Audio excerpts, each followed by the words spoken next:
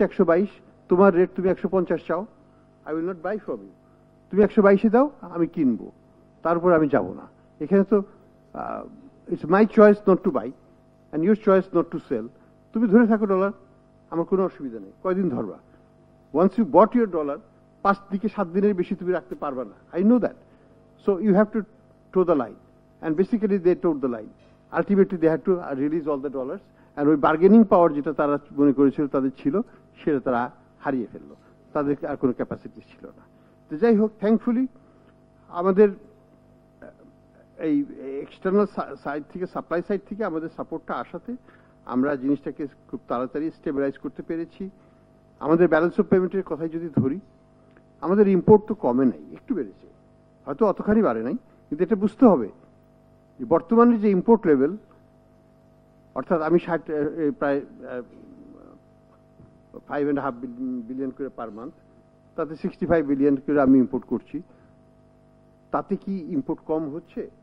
বাজারে কি কোনো শর্টেজ আছে, কোনো পণ্যের অভাব আছে? তা তো নাই। হ্যাঁ, হয়তো বলতে পারেন যে ক্যাপিটাল মেশিনারিজ ইম্পোর্ট করছি না। Legitimate question, but answer is that who is going to invest in this environment? আমাকে তো স্টেবিলিটিটা আনতে হবে। আমার স্টেবিলিটি ওর আর্থিক খাতে কেবল এসেছে, রাজনৈতিক খাতে তো এখনো আসে নাই, সিকিউরিটি সিচুয়েশনও তো এখনো আনস্টেবল। তো সবকিছু মিলিয়ে এখনই কেউ বিনিয়োগে ঝাঁপিয়ে পড়বে, এই প্রত্যাশা যদি কারো থাকে, আমি বলবো সেটা কাল্পনিক। কাজে আমাকে বাস্তবসম্মত হতে হবে। অ্যান্টিব্যাকটেরিয়াল অ্যাডিটিভ যুক্ত সেরা ওয়াটার ট্যাঙ্ক বিশুদ্ধ পানিতে ব্যাকটেরিয়া জন্মাতে দেয় না। আমি যেটা বলবো যে বিনিয়োগ, ফরেন ইনভেস্টমেন্ট, এগুলো সবই কিন্তু পাইপলাইনে আমরা দেখতে পাচ্ছি। দেয়ার আর পজিটিভ সাইন্স অফ দ্যাট, কিন্তু আর একটু সময় লাগবে। সামনেই ইলেকশন, এই মুহূর্তে হয়তো বড় কেউ বিনিয়োগকারী আসতে চাইবে না, বিদেশি বিনিয়োগকারীরাও আসতে চাইবে না, যে পরবর্তী সরকার যদি আবার চেঞ্জ করে ফেলে বা কিছু করে, let's talk to the next government. এটা স্বাভাবিক একটা পলিটিক্যাল প্রসেস, এটাকে আমাদেরকে বুঝতে হবে। তো যাই হোক, আমাদের সিচুয়েশনটা হচ্ছে ব্যালেন্স অফ পেমেন্টে আমরা এখন সারপ্লাস, কারেন্ট অ্যাকাউন্টের সারপ্লাস, ফাইন্যান্সিয়াল অ্যাকাউন্টের সারপ্লাস, ওভারঅল ব্যালেন্সের সারপ্লাস। তিনটাতে নেগেটিভ ছিলাম আমরা একসময়। এগুলো তো হয়েছে, টার্ন অ্যারাউন্ড তো আমরা দেখতে পাচ্ছি। যদি বলে যে বাংলাদেশে কি কোনো ক্রাইসিস আছে, না, কোনো ক্রাইসিস নেই। আমি কালকে বলছিলাম যে চালের দাম একটু বেশি আছে, ঠিক আছে, অর্থ উপদেষ্টাকে আমি বলছিলাম ওয়াই নট ব্রিং অ্যানাদার 10 লক্ষ টন চাল নিয়ে আসি না কেন? আমাদের তো ডলারের অভাব নেই, আমরা কেন বাজারকে স্টেবিলাইজ করছি না? 4 লক্ষ টনের কথা বলা হচ্ছে, 4 লক্ষর জায়গায় আমি যদি 10 লক্ষ আনি, অসুবিধাটা কি? আমার বাজারটা যদি 2 টাকা 5 টাকা কমে, সেটা তো আমাকে স্টেবিলিটি দেবে। আমাদের সামর্থ্য আছে সেটা করার। তো এই জিনিসগুলো এখন আমাদের হাতে আছে, আমরা চাইলে আমরা এখানে ইন্টারভেনশন করতে পারবো। আমি মনে করি যে লিকুইডিটি বাজারে চলে আসতেছে এবং সামনের দিকে আসবে।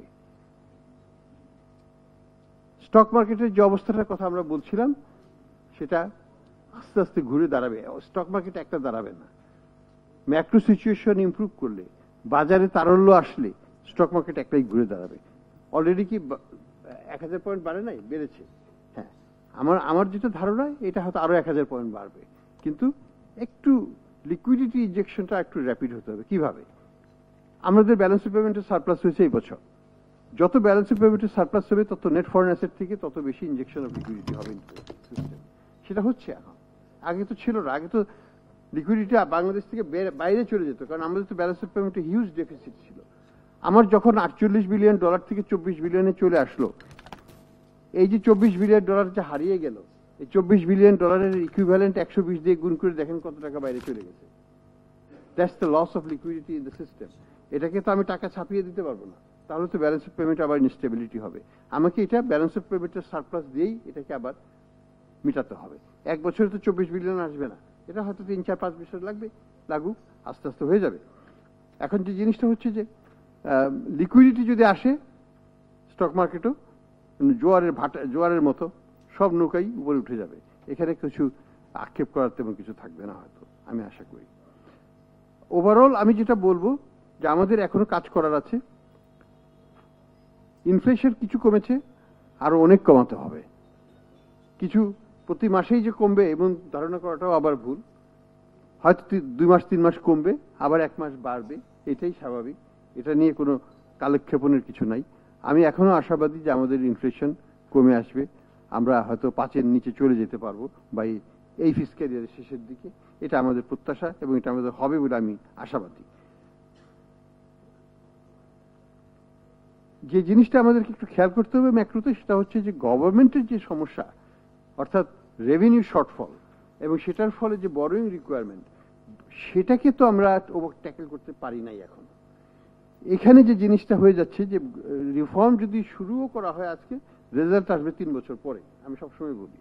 তো এই জায়গাটায় রিফর্ম, বহু আন্দোলন দেখলেন, এনবিআর কে নিয়ে কত রকমের ঝামেলা গেল, এটা তো বিশাল ঝামেলা। যাই হোক, আমি বলবো সরকারকে সাধুবাদ অবশ্যই দিব যে দৃঢ় অবস্থানে ছিল, এবং এখন যে ক্ষেত্র তৈরি হয়েছে, এখন একটা ফার্টাইল গ্রাউন্ড ফর রিফর্ম।